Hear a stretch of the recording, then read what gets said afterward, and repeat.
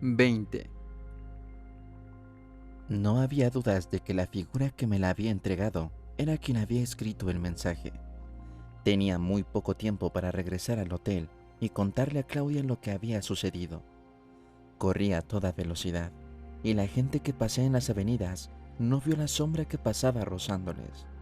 Al teatro de vampiros solo se asistía por invitación, y a la noche siguiente el portero examinó la mía un momento mientras la lluvia caía suavemente a nuestro alrededor, sobre el hombre y la mujer delante de la taquilla cerrada, sobre los carteles arrugados de vampiros baratos con los brazos extendidos y las capas parecidas a las alas de murciélagos, listos para caer sobre los hombros desnudos de una víctima mortal, sobre las parejas que nos pasaban en el recibidor, donde con toda facilidad pude percibir que el público era enteramente humano. No había vampiros en su seno, ni siquiera el muchacho que nos admitió por último en la muchedumbre llena de conversaciones y lana húmeda y dedos enguantados de damas que tocaban sus sombreros y sus rizos mojados. Me fui a las sombras con una excitación frenética. Nos habíamos alimentado más pronto para que en la calle concurrida del teatro nuestra piel no resultara tan blanca ni nuestros ojos demasiado brillantes, y el sabor de la sangre que no había saboreado me había dejado intranquilo. Pero no tenía tiempo para preocuparme de ello. Esta no era una noche para matar. Esta sería una noche de revelaciones. No importa cómo terminara. Estaba seguro de ello. Y allí estábamos con todo ese gentío de mortales. Las puertas del auditorio se abrieron y un joven se nos acercó y señaló las escaleras por encima de los hombros de la gente. Teníamos un palco, uno de los mejores, y si la sangre no había oscurecido por completo mi piel ni había convertido a Claudia en una niña humana, este ujier no pareció percatarse de ello o no le importó. De hecho, sonrió con mucha amabilidad cuando abrió las cortinas que daban a las dos sillas delante de la barandilla de metal. ¿Crees que tienen esclavos humanos?, me preguntó Claudia. Lestat nunca confió en los esclavos humanos, le contesté. Observé que se llenaban los asientos. Contemplé los sombreros maravillosamente floreados que navegaban ahí debajo por las filas de butacas de seda. Los hombros blancos brillaban en la amplia curva de los palcos, alejándose de nosotros. Los diamantes centellaban a la luz de las lámparas. Recuerda, sé astuto esta vez, me susurró Claudia con su rubia cabeza gacha. Eres demasiado caballeroso. Se apagaban las luces, primero en los palcos y luego a lo largo de las paredes de la planta baja. Un grupo de músicos se había colocado ya frente al escenario, y al pie del largo telón de terciopelo, el gas parpadeó, luego ganó intensidad, y la audiencia retrocedió como envuelta por una nube gris, en la cual solo brillaban los diamantes sobre las muñecas, los cuellos y los dedos. Y un murmullo descendió como una nube gris hasta que todo el sonido se concentró en una única tos persistente. Luego, el silencio y el ritmo lento de una pandereta. A la vez, se oyó la aguda melodía de una flauta de madera que parecía seleccionar el agudo toque metálico de la pandereta y que la conjugaba en una melodía fantasmagórica y medieval. Entonces, el sonido de las cuerdas subrayó a la pandereta y la flauta subió, y en esa melodía expresó algo melancólico, triste. Esta música tenía encanto, y toda la audiencia pareció acallada y en comunión, como si la música de esa flauta fuera una cinta luminosa que se desenrollaba en la oscuridad. Ni siquiera cuando se levantó el telón se rompió el silencio. Las luces se encendieron y el escenario no pareció un escenario, sino un lugar en un denso bosque. La luz relumbraba sobre los troncos naturales de los árboles y en la espesura de las hojas, debajo del arco de oscuridad que reinaba más arriba, y a través de los árboles se podía ver lo que parecía una ribera baja y de piedra, y más allá, las aguas luminosas del río. Ese mundo tridimensional estaba creado por una pintura en una fina pantalla de seda que se movía suavemente debido a una débil ráfaga de aire. Unos aplausos recibieron a la ilusión, reuniendo adherentes de todas partes del auditorio hasta que consumó su breve crescendo y desapareció. Una figura oscura y arropada avanzaba por el escenario de árbol en árbol, tan rápidamente que, cuando salió a las luces, dio la sensación de aparecer mágicamente en el centro. Un brazo salió relampagueante de su capa para mostrar una guadaña de plata, y el otro, una máscara en la punta de un fino palo sobre el rostro invisible. Una máscara que mostraba el rostro deslumbrante de la muerte. Una calavera pintada. Hubo murmullos entre el público. Era la muerte de pie ante la audiencia, con la guadaña en alto. La muerte al borde de un bosque tenebroso. Y algo en mí reaccionó de igual manera que en la audiencia. No con miedo, sino de una manera humana, ante la magia de ese frágil decorado pintado, ante el misterio del mundo allí iluminado, el mundo en el que se movía aquella figura con su ondulante capa negra, con la gracia de una gran pantera, provocando esos murmullos, esos gemidos, esos susurros reverentes. Y entonces, detrás de esa figura cuyos mismos gestos parecían poseer un poder cautivante, como el ritmo de la música con que se movía, aparecieron otras figuras por los costados. Primero una anciana, muy encorvada y gacha, con su pelo gris como el musgo, sus brazos colgando con el peso de una gran canasta llena de flores. Sus pasos lentos se arrastraban por el suelo, y su cabeza se sacudía con el ritmo de la música y los pasos saltarines del maldito segador.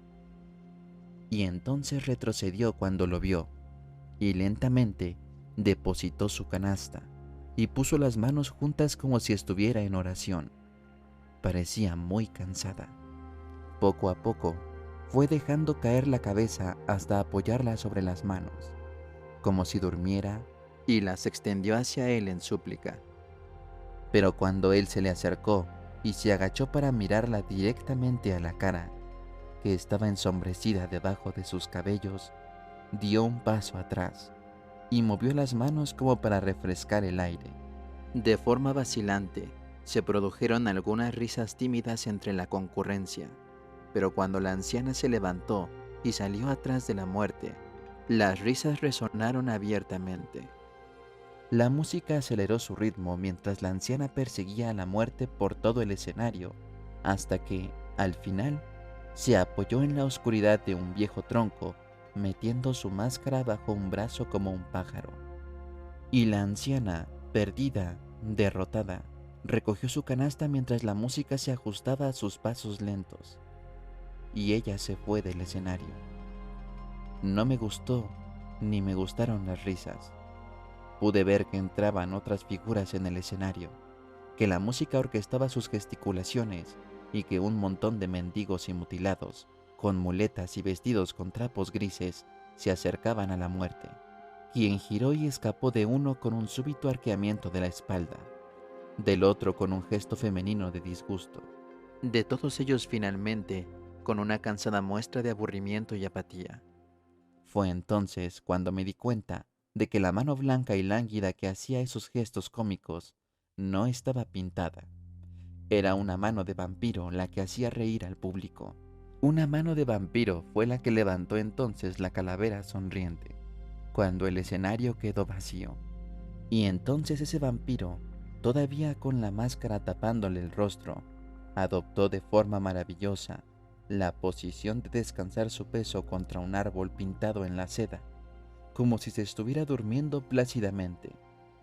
La música lo acompañó como el canto de los pájaros, lo arrulló como el paso del agua, y el foco, que lo centraba en un círculo amarillo, se hizo más pálido, y casi se desvaneció mientras él dormía.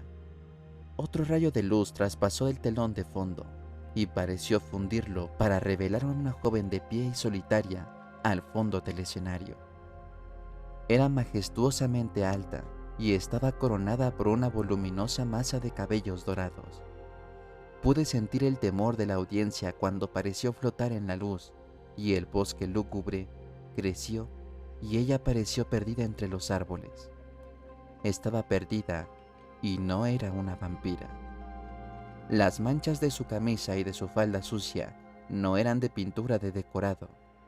Nada había tocado su cara perfecta que ahora miraba a la luz, tan hermosa y finamente cincelada como la cara de una virgen de mármol. Su pelo era un velo aureolado. No podía ver en la luz, aunque todos la podíamos ver a ella, y el gemido que dejaron escapar sus labios pareció emitir un eco por encima del cántico agudo y romántico de la flauta, que era un tributo a su belleza. La figura de la muerte se despertó de pronto en su pálido rayo de luz y se dio vuelta para contemplarla, tal como la había visto el público, y estiró su mano libre con reverencia. El sonido de la risa desapareció antes de llegar a consumarse. Ella era demasiado hermosa, sus ojos estaban demasiado compungidos. La actuación era perfecta, y súbitamente la máscara fue arrojada a un costado y la muerte mostró al público su rostro de un blanco brillante. Sus manos rápidas se retocaron el pelo negro, enderezaron su abrigo, se limpió unas pelusas imaginarias en las solapas, la muerte enamorada. Y el público aplaudió las facciones luminosas, las mejillas relumbrantes, los agudos ojos negros, como si todo fuera una magistral ilusión, cuando en realidad se trataba simplemente, y sin duda alguna, del rostro de un vampiro. El mismo vampiro que me había atacado en el barrio latino. Ese vampiro de sonrisa maligna, brutalmente iluminado por el foco amarillo. Mi mano buscó las de Claudia en la oscuridad y se las presioné suavemente, pero ella se quedó inmóvil, fascinada. El bosque del escenario, a través del cual esa indefensa muchacha miraba ciegamente hacia donde oía las risas, se dividía en dos mitades fantasmagóricas, alejándose del centro, dejando espacio libre al vampiro para que se pudiera acercar a ella. Y ella, que había avanzado hacia los focos, lo vio de improviso y se detuvo en seco gimiendo como una niña. Por cierto, era muy parecida a una niña, aunque claramente ya era una mujer. Únicamente una mínima arruga bajo los ojos denunciaba su verdadera edad. Sus pechos, aunque pequeños, tenían una bella forma bajo la blusa, y sus caderas, delgadas, daban a su falda sucia y arrugada una angularidad sensual y pronunciada. Mientras quería alejarse del vampiro, vi que tenía lágrimas en los ojos a la luz de los focos, y sentí miedo por ella. Su belleza era sobrecogedora. Detrás de ella, de pronto surgieron de la oscuridad unos cráneos pintados, y las figuras que llevaban las máscaras, invisibles en sus trajes negros, solo mostraban las blancas manos agarradas al borde de una capa, a los pliegues de una falda. Allí había vampiras, y avanzaron junto a sus compañeros sobre la víctima. Y entonces, todos ellos, uno por uno, se quitaron las máscaras, que cayeron en una pila donde las calaveras siguieron sonriendo a la oscuridad del techo. Y allí se quedaron. 7 vampiros, ellas eran 3, y sus pechos asomaban de un blanco brillante sobre el traje ajustado y negro. Sus rostros eran duros y luminosos, y miraban con ojos negros debajo de rizos de pelo negro. Sorprendentemente hermosas, parecieron flotar alrededor de la rosada figura humana. Eran pálidas y frías, comparadas con aquel reluciente cabello rubio y aquella piel como los pétalos. Pude oír la respiración del público, los suspiros entrecortados, suaves. Era un espectáculo ese círculo de rostros blancos, acercándose cada vez más a la bella y la figura principal, esa muerte, dirigiéndose entonces a la audiencia con las manos cruzadas sobre el pecho, la cabeza inclinada solicitando su empatía. ¿Acaso ella no era irresistible? Hubo un murmullo de risas cortadas de suspiros, pero la joven fue quien rompió el mágico silencio. «No quiero morir», murmuró. Su voz fue como una campana. «Nosotros somos la muerte», respondió él, y a su alrededor resonó una palabra: muerte. Ella se dio la vuelta y su pelo se convirtió en una verdadera lluvia de oro, algo lujurioso y vivo, sobre el polvo de sus pobres vestimentas. «Ayudadme», imploró, pero suavemente, como si temiera levantar la voz. Alguien dijo a la multitud, pues debía saber que estaba allí. Claudia lanzó una leve carcajada. La chica en el escenario apenas comprendía dónde se hallaba o lo que le estaba sucediendo, pero sabía infinitamente más que la gente que la miraba asombrada desde la platea. «No quiero morir, no quiero morir». Se le entrecortó la voz y fijó los ojos en el jefe alto y malévolo, el vampiro, ese demonio juguetón que ahora salió del círculo de los demás para acercarse a ella. «Todos morimos», le dijo él. «Lo único que compartes con los demás mortales es la muerte». Su mano señaló los rostros distantes de la platea, de los palcos, de las gradas. «No», protestó ella incrédula. «Me quedan tantos años, tantos años». Su voz se enmudeció en su dolor. Eso la hizo irresistible, al igual que el movimiento de su garganta desnuda y las manos que temblaban en el aire. «¿Años?», dijo el vampiro principal. «¿Cómo sabes que tienes tantos años? La muerte no respeta las edades. Ahora puede haber una enfermedad en tu cuerpo, algo que ya te está devorando desde adentro. O afuera, un hombre puede acechar para matarte simplemente debido a tu pelo rubio». Y sus dedos se extendieron en su dirección, y resonó el sonido de su voz profunda, sobrenatural. «Necesito decirte ahora lo que te depara el destino». «No me importa, no tengo miedo», protestó ella con una voz frágil. «Correría riesgos». «Y si corres riesgos y vives durante años, ¿cuál sería tu destino? ¿El aspecto maltrecho y desdentado de la vejez?». Y entonces le levantó el cabello dorado y mostró la garganta pálida, y lentamente tiró de la cinta que ataba el frente de la camisa. La tela barata se abrió, las mangas cayeron de sus hombros delicados y sonrosados, y ella levantó las manos, pero él la agarró de las muñecas y se las separó violentamente. La audiencia pareció dar un suspiro al unísono, las mujeres detrás de sus binoculares, los hombres inclinándose hacia adelante en sus butacas. Pude ver caer la ropa, ver la piel pálida y palpitante y los pequeños pezones que dejaron caer precariamente el género, y el vampiro aferrado a su muñeca izquierda y las lágrimas bajando por las mejillas, los dientes mordiendo los labios. «Con la misma seguridad con que ahora esta piel es sonrosada, se volverá gris y arrugada con el tiempo», dijo él. «Déjeme vivir», rogó ella, y su rostro evitó el de él. «No me importa, no me importa lo que dice». «Pero entonces, ¿qué te importa si te mueres ahora mismo? ¿Esas cosas acaso no te aterrorizan, esos horrores?». Ella sacudió la cabeza sorprendida, vencida, indefensa. Sentía en las venas tanta furia como pasión. Con la cabeza gacha, ella había asumido toda la responsabilidad de defender su vida. Era injusto, monstruosamente injusto, que ella tuviera que enfrentar su lógica a la de él para defender lo que era obvio y sagrado y tan hermosamente corporizado por ella misma. Pero él la dejó ahora sin palabras. Hizo que su instinto abrumador pareciera pequeño, confundido. Pude sentir que ya se moría interiormente y odié a ese vampiro. La blusa cayó hasta la cintura.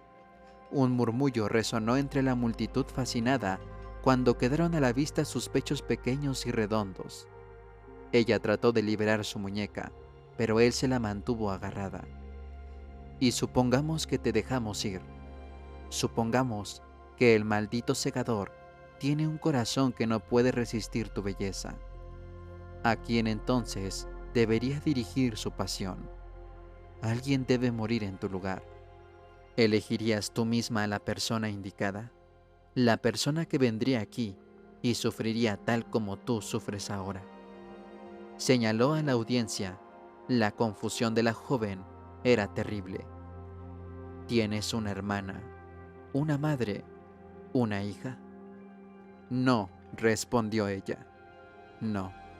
Y sacudió los cabellos. Sin duda alguien debe tomar tu lugar. ¿Una amiga? Elige. No puedo.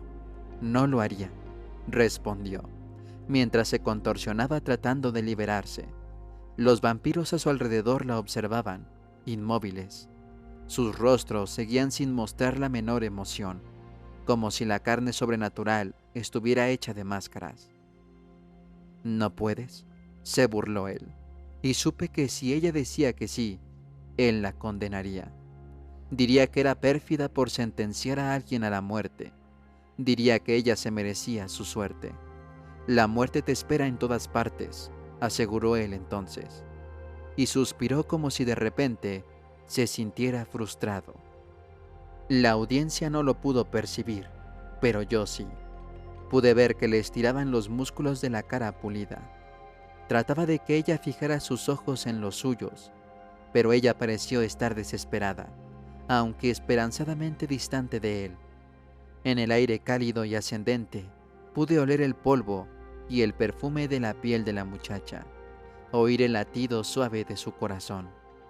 La muerte inconsciente, el destino de todos los mortales, se acercó a ella, agachado, enloquecido por ganarla, pero receloso.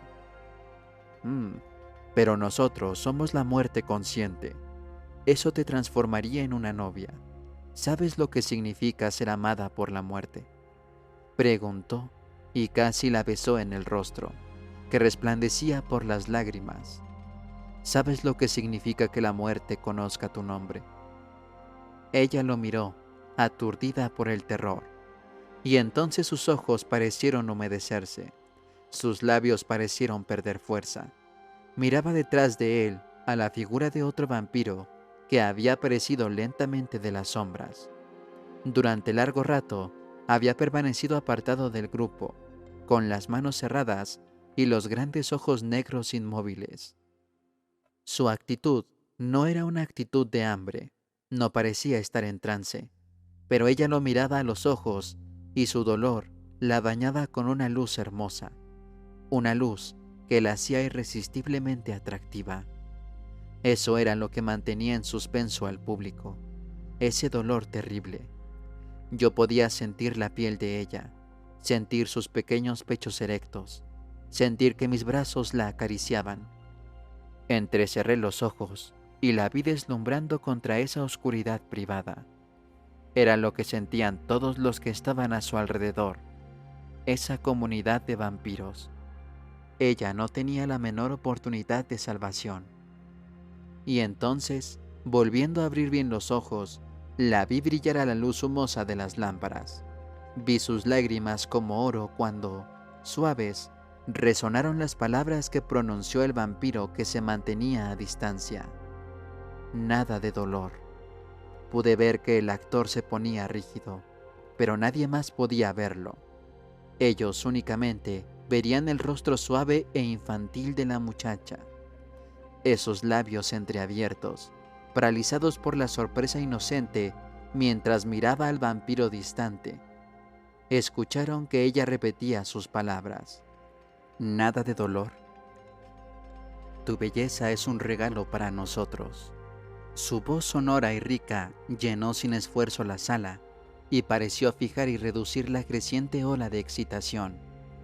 El actor retrocedió y se transformó en uno de aquellos rostros blancos, pacientes, cuya hambre y ecuanimidad era extrañamente unánime.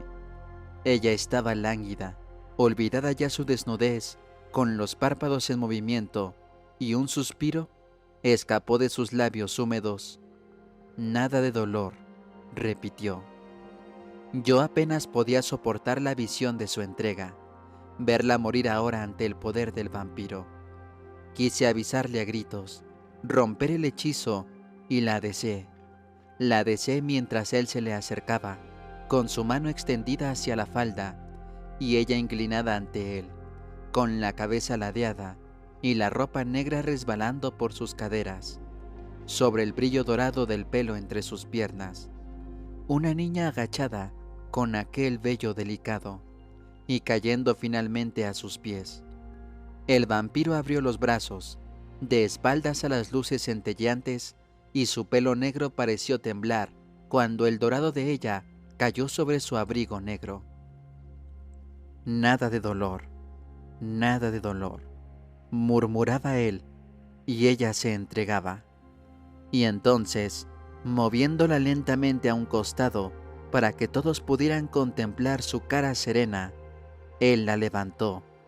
Ella arqueó la espalda cuando sus pechos tocaron los botones del abrigo, y sus pálidos brazos rodearon el cuello del vampiro. Ella se crispó y gritó cuando él le hundió los dientes, y su cara quedó inmóvil mientras el teatro reverberaba con esa pasión compartida. Su mano blanca relumbró sobre las nalgas rosadas, y el cabello de ella lo acarició. Él la levantó del suelo mientras bebía, y la garganta brilló contra la mejilla blanca. Me sentí débil, mareado, hambriento. Mi corazón y mis venas se hicieron un nudo. Sentí que mi mano se aferraba a la barandilla metálica del palco y que el metal crujía en las junturas. Y ese sonido suave, estremecedor, que ningún mortal podía oír, pareció clavarme en el sitio donde estaba. Bajé la cabeza, quise cerrar los ojos. El aire pareció fragante con la piel salada e íntimo y caliente con su aroma dulce. A su alrededor se acercaron los demás vampiros. La mano que la abrazaba tembló y el vampiro de pelo negro la dejó ir, haciéndola girar, mostrándola con su cabeza caída cuando él la entregó a una de aquellas vampiras de sorprendente belleza que detrás de ella se puso a acariciarla mientras bebía. Ahora todos la rodeaban y ella pasó de uno en uno delante de la audiencia fascinada, con su cabeza inclinada sobre el hombro de un vampiro y su cuello tan atractivo como las pequeñas nalgas, o la piel impecable de sus largos muslos, o la piel tierna detrás de sus rodillas lánguidamente dobladas. Yo estaba apoyado en el respaldo y sentía mi boca llena de su sabor y mis venas atormentadas. Y en el rabillo de mi ojo estaba ese vampiro moreno que la había conquistado. Apartado como antes, sus ojos negros parecieron fijos en mí por encima de las corrientes de aire caliente. Uno por uno, los vampiros retrocedieron. Retornó el bosque pintado, deslizándose silencioso, hasta que la chica mortal, frágil y muy blanca, quedó desnuda en ese bosque misterioso, anidada en una sedosa raíz negra, como si se hallara sobre el suelo del mismo bosque. Y la música había vuelto a escucharse, fantasmagórica y alarmante, subiendo de volumen mientras se oscurecían las luces. Todos los vampiros desaparecieron, salvo el actor que había recogido su guadaña y su máscara de las sombras.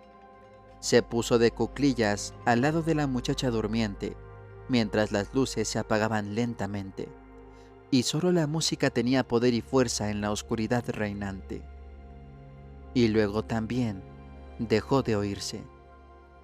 Durante unos instantes, toda la gente se quedó absolutamente en silencio. Luego se oyeron aplausos aquí y allá, y de repente todos se unieron y aplaudieron a nuestro alrededor. Las luces se encendieron a ambos lados, y las cabezas giraron en todas direcciones, y se desató la conversación. Una mujer se puso de pie en medio de una fila para sacar su abrigo de zorro del asiento. Aunque todavía nadie le había abierto camino, alguien se apresuraba por el pasillo central, y toda la audiencia se levantó como empujada hacia la salida. Pero entonces los murmullos se convirtieron en el cómodo y cansado rumor de conversaciones de la multitud refinada y perfumada que antes había llenado la entrada del teatro. Se rompió el sortilegio. Las puertas se abrieron a la lluvia fragante, al ruido de los cascos de los caballos y las voces que llamaban a los coches. Allá en el océano de las sillas apenas inclinadas, brillaba un guante blanco sobre un cojín de seda verde. Me quedé sentado observando, escondiendo con una mano mi cara de los demás, con el codo en la barandilla y el sabor de la muchacha en los labios. Fue como si el aroma de la lluvia aún perdurara en su perfume, y en el teatro vacío pude oír los latidos de su corazón. Retuve la respiración, saboreé la lluvia y miré a Claudia, sentada e infinitamente inmóvil, con sus manos enguantadas sobre las rodillas. Yo tenía un sabor amargo en la boca y confusión. Vi a un acomodador solitario que avanzaba por el pasillo de abajo, enderezando las sillas, recogiendo los programas abandonados que ensuciaban la sala. Tomé conciencia de que ese dolor, esa confusión, esa pasión enceguecedora que se alejaba de mí con una terca lentitud, solo podría calmarse si me ponía al acecho en uno de esos arcos encortinados y arrastraba a la oscuridad a aquel empleado y lo poseía tal como había sido poseída la muchacha del escenario. Quería hacerlo, y al mismo tiempo no quería nada. Claudia dijo cerca de mi oído: «Paciencia, Luis, paciencia». Abrí los ojos. Alguien estaba cerca, en la periferia de mi visión. Alguien que había burlado mis oídos, mi aguda anticipación, que penetró como una antena afilada en mis distraídos pensamientos. Pero allí estaba, silencioso, detrás de las cortinas de la entrada al palco, aquel vampiro moreno, el distante, de pie sobre el pasillo alfombrado, mirándonos.